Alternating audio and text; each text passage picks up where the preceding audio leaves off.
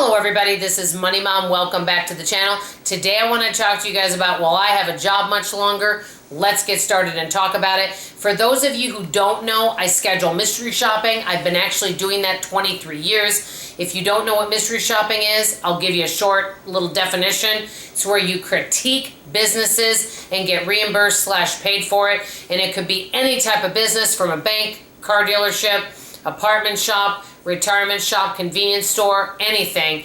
And it's a really great way to make some good additional income. Even some people actually do quite well with it. So I've been doing that for a long time.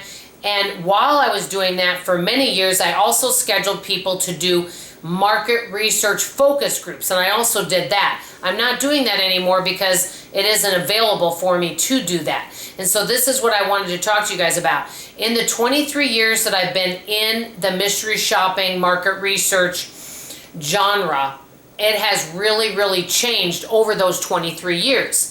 When I first started doing this 23 years ago, I would recruit people to do focus groups. And at that time, there were tons of different market research focus companies out there. Now there's very few, and many things are done online. And so there isn't much of a need to have people come and do a round table. So there are not as many focus group opportunities out there like there was. So that's really changed. Mystery shopping, there used to be many more companies out there. Now there's less companies, and some of the companies are really huge. And so a lot of times when people go look for a client to schedule their mystery shopping, they may go to some of these bigger companies because maybe they have more resources. And so there's less companies out there. You guys know I do product demos on weekends. There used to be a lot of companies out there. Now there's only a few companies out there doing this. So there's less companies doing these types of work is what I'm getting to. And it's changed. It's more technical. It does require more technical skills. Many things are done with phone apps. When I started scheduling all this mystery shopping and focus groups and exit interviews, things like this, taste tests, when I was doing that, the first thing you would do is call people. And many people were responsive to phone calls. Then it started where people weren't responding to calls as much, so you emailed them, and they were very responsive. Now, you don't get much response from phone calling or emailing. The best way to get a hold of people is sending them a text message. So as you can see, the industry is changing, which means I have to change along with it. I do miss the good old-fashioned days of me picking up the phone and being able to talk to people, but I have to be willing to change. So I don't know what will happen to the mystery shopping industry a year from now, if we'll still even have it, because clients are always looking for better ways of doing things and also making sure it costs less. They're always looking to get the best value for the money spent.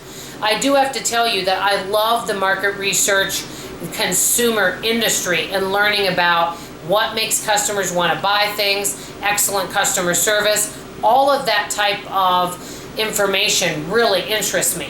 So I don't know if all of this, the market research, the merchandising, the demos, the mystery shopping will be around and how it's going to change in the next 5 years, but I have to make sure I'm willing to change with it. So what am I going to do? 4 things. Number 1, I have to make sure to keep learning new skills, especially technical ones, to not be scared of it, and to be able to pivot. And if I need to just go out of this industry altogether, say to customer service or do something else where I have some of the general skills but be willing to learn new skills, that I am willing to pivot and change with the times. I can't stay and do the same thing all the time if I don't have work in that area.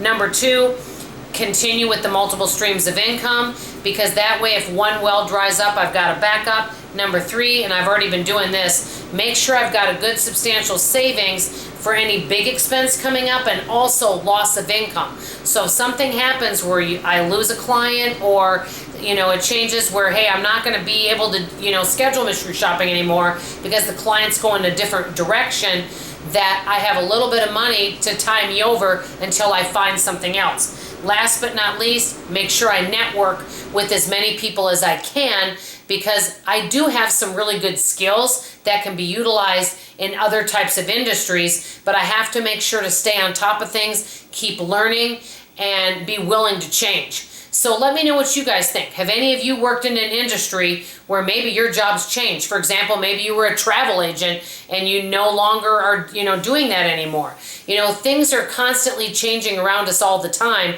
and if we want to continue making money, we have to be willing to pivot and change with times. Let me know what you guys think. I always love to hear from you. This is Money Mom signing off, and as always, I love you. Bye-bye.